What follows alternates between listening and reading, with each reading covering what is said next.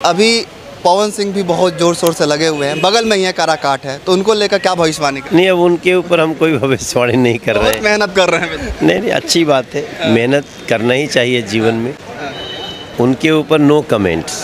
काराकाट जाने का कोई प्लान नहीं है? प्रधानमंत्री नरेंद्र मोदी जी को सिर्फ गिराने के लिए लड़ रहे हैं। राहुल जी कहते हैं ऐसा कि गरीबी जो है खटाखट हटा देंगे, तो खटाखट कैसे गरीबी है? उनकी दादी खटाखट हटा रही थी, दादी के पिताजी हटा रहे थे खटाखट, जवाहरलाल नेहरू, और उनके पिताजी जो है नहीं हटा पाए, ये कहाँ से हटाएंगे? अच्छा, इस बार बीजेपी का क्या माहौल बन रहा है? क्योंकि राहुल गांधी भी कह रहे हैं कि इस बार साफ है, तो इस पे क्या कहेंगे? 100% 400 प्लस होने जा रहा है। अगर किसी को विकास नहीं दिखता है भारत में, तो ये मेरे पास पूरा डेटा है। वो लोग कमेंट करेंगे सब व्हाट्सएप यूनिवर्सिटी वाला है। नहीं, ये व्हाट्सएप यूनिवर्सिटी वाला नहीं है। तो अगर किसी को चाहिए तो वो डेटा हमारे साथ ले सकता है, अंग्रेजी में है, तेजस्वी यादव जी को पढ़ने नहीं आएगा। और जो लोग दूसरे तरफ हैं, कोई टुकड़े टुकड़े करना चाहता है भारत का, कोई भारत को लूटना चाहता है भ्रष्टाचार से, इन सभी को हटाइए। अच्छा, विपक्ष का लोग कहीं लड्डू खरीदता हुआ दिख रहा है क्या?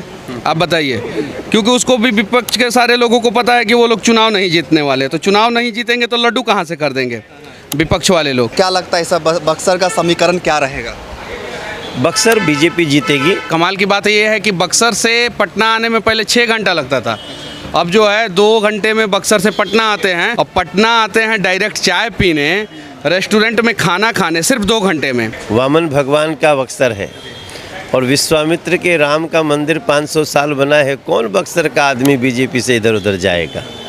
जाएगा तो राम से नैन कैसे मिलाएगा? और बिहार में 39 हम लोग थे, 39 से कम हम लोग नहीं आएंगे किसी भी हाल में। बेसिकली नरेंद्र मोदी जी को जिताना है। देखिए, अभी मेरे साथ बीजेपी के 2 स्टार प्रचारक मौजूद हैं, मनोज तिवारी जी हैं और मनीष कश्यप जी हैं। कैसे आना हुआ बिहार सर जी आपका? आज हम लोग दोनों भाई जा रहे हैं बक्सर जी, फिर जाएंगे सासाराम जी, और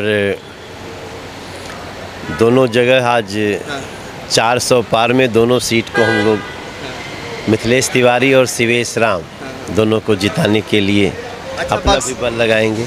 बक्सर की बात की जाए तो क्या लगता है सब बक्सर का समीकरण क्या रहेगा? बक्सर बीजेपी जीतेगी। हाँ, मिथिलेश तिवारी जी जीतेंगे और बेसिकली नरेंद्र मोदी जी को जिताना है।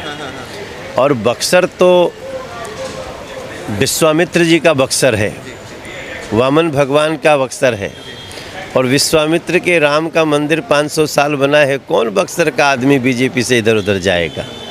जाएगा तो राम से नैन कैसे मिलाएगा? तो ये इसमें कोई दो राय नहीं है।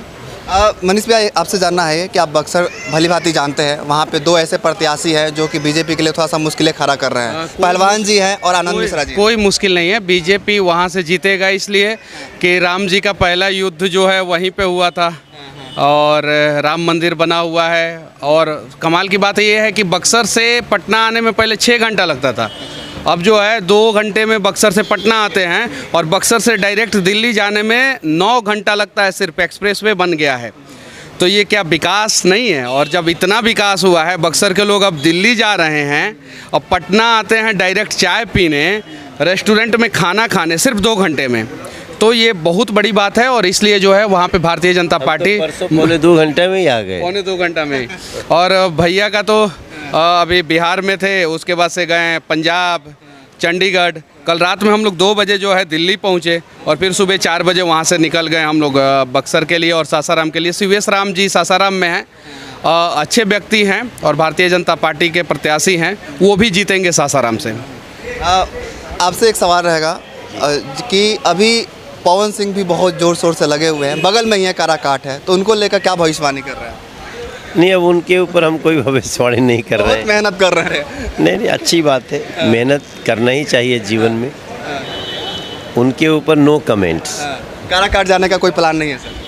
पार्टी जैसा कहेगी वैसा करेंगे। अच्छा, इस बार बीजेपी का क्या माहौल बन रहा है? क्योंकि विपक्ष की पार्टियां बोल रही हैं कि इस बार जो है बहुत मुश्किल से 300 पार कर पाएंगे, बहुत लोग ऐसे कह रहे हैं कि इस बार आउट है, राहुल गांधी भी कह रहे हैं कि इस बार साफ है, तो इस पर क्या कहेंगे? 100% 400 प्लस होने जा रहा है। बिहार में क्या स्थिति है? बिहार में हम 39 सीटें जो जीते थे वो पूरी तरह से हम लोग फिर रिटेन कर रहे हैं।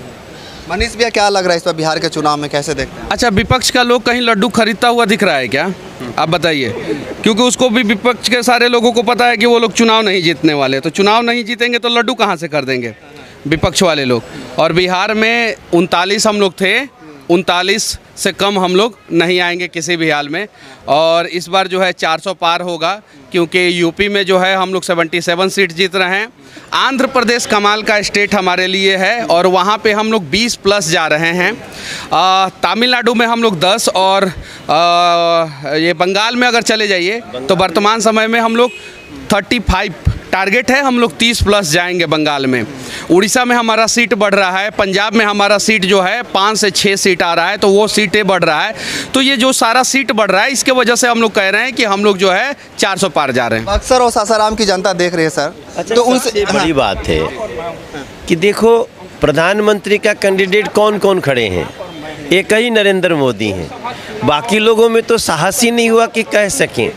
बाकी लोग प्रधानमंत्री नरेंद्र मोदी जी को सिर्फ गिराने के लिए लड़ रहे हैं। तो ये देश है ना, अगर आप किसी को सिर्फ गिराने जाएंगे तो वो उसको उठा के रखेगा और मोदी जी आए। बक्सर की जनता को और सासाराम की जनता को क्या कहना चाहते हैं? देखो भैया, मैं बक्सर की जनता से विनम्रता से कहूँगा कि ये चुनाव देश को जिताने का है। और जो लोग दूसरे तरफ हैं, कोई टुकड़े टुकड़े करना चाहता है भारत का, कोई भारत को लूटना चाहता है भ्रष्टाचार से, इन सभी को हटाइए। बीजेपी को ला करके बक्सर का जो अभी तक वैभव बना है उसको और भी आगे बढ़ाए। मनीष भैया, आपसे एक सवाल रहेगा कि इस बार अभी आज का क्या माहौल रहेगा बक्सर और सासाराम में? आज का माहौल यही रहेगा कि बक्सर और सासाराम से जो है भारतीय जनता पार्टी चुनाव जीत रही है।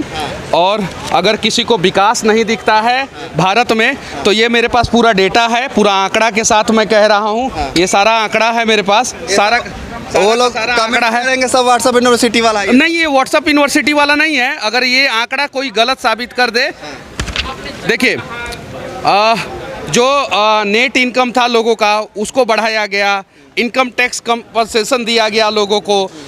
भारत में जो पहले 1 लाख करोड़ रुपया का इंफ्रास्ट्रक्चर पे खर्चा होता था, वो अब 33 लाख करोड़ रुपया इंफ्रास्ट्रक्चर पे खर्चा होने लगा। जो मतलब कि ये यूनिकॉर्न कंपनियां थी पहले, 2014 से पहले 4 थी, अभी जो है 115 है। तो ये सारा चीज़ है। और ये अगर किसी को चाहिए मिडिल क्लास का कैसे जो है लिविंग स्टैंडर्ड जो है हाई किया गया मोदी सरकार में, तो अगर किसी को चाहिए तो वो डेटा हमारे साथ ले सकता है। अंग्रेजी में है, तेजस्वी यादव जी को पढ़ने नहीं आएगा, लेकिन उसको हम लोग हिंदी में ट्रांसलेट करा के उनको दे देंगे ये सारा डेटा, और उनको खुद पता चल जाएगा कि देखिए वर्ल्ड इकनॉमी में भारत जो है 10वें नंबर पे था, 5वें नंबर पे आ गया। भारत का जीडीपी जो है 1.25 ट्रिलियन था, भारत का जीडीपी वर्तमान समय में जो है 3.8 ट्रिलियन हो गया। पर कैपिटा इनकम जो है 72,000 रुपया, 72,805 रुपया था 2014 से पहले, अब 1,15,000 रुपया हो गया। एक्सपोर्ट जो है 472 बिलियन था, अब वो जो है इंक्रीज होकर जो है 750 बिलियन हो गया। तो ये सारा चीज़ें, ये डेटा आप लोग ले सकते हैं और इस पर बात कर सकते हैं। इस पे जब सवाल रहेगा कि जैसे कि डेटा आप दिखा रहे हैं, राहुल जी कहते हैं ऐसा कि गरीबी जो है खटाखट हटा देंगे, तो खटाखट कैसे गरीबी है? उनकी दादी खटाखट हटा रही थी, दादी के पिताजी हटा रहे थे खटाखट, जवाहरलाल नेहरू। जवाहरलाल नेहरू जी नहीं हटा पाए, उनकी दादी नहीं हटा पाई, और उनके पिताजी जो है नहीं हटा पाए। ये कहाँ से हटाएंगे? नरेंद्र मोदी जी काम कर रहे हैं, 25 करोड़ लोगों को गरीबी रेखा से ऊपर लेके आए। काम हो रहा है। अभी देखिए मतलब कि बिहटा में भी एयरपोर्ट बन रहा है, हमारे रक्सौल में एयरपोर्ट बनने वाला है, यहाँ पे भी जो है टर्मिनल बिल्डिंग बन रहा है। तो ये सारी चीज़ें हैं, हो रहा है काम। और ये डेवलपमेंट के लिए अगर किसी नेता को चाहिए तो ये आप दे सकते हैं, हमारे पास सारा डेटा है डेवलपमेंट के लिए। ठीक है, तो अभी देखिए, अभी 2 बड़े बीजेपी के स्टार प्रचारक मौजूद हैं, मनोज तिवारी जी हैं और मनीष कश्यप जी हैं, जो कि बक्सर और सासाराम में आज रोड शो करेंगे। और कहीं ना कहीं आज देखना होगा कि माहौल कैसा रहेगा बक्सर का और सासाराम का। बहरहाल वीडियो कैसी लगी आपका कमेंट बॉक्स में जरूर लिखिएगा, इस वीडियो को जरूर शेयर कीजिएगा। आपका बहुत बहुत धन्यवाद। जय हिंद।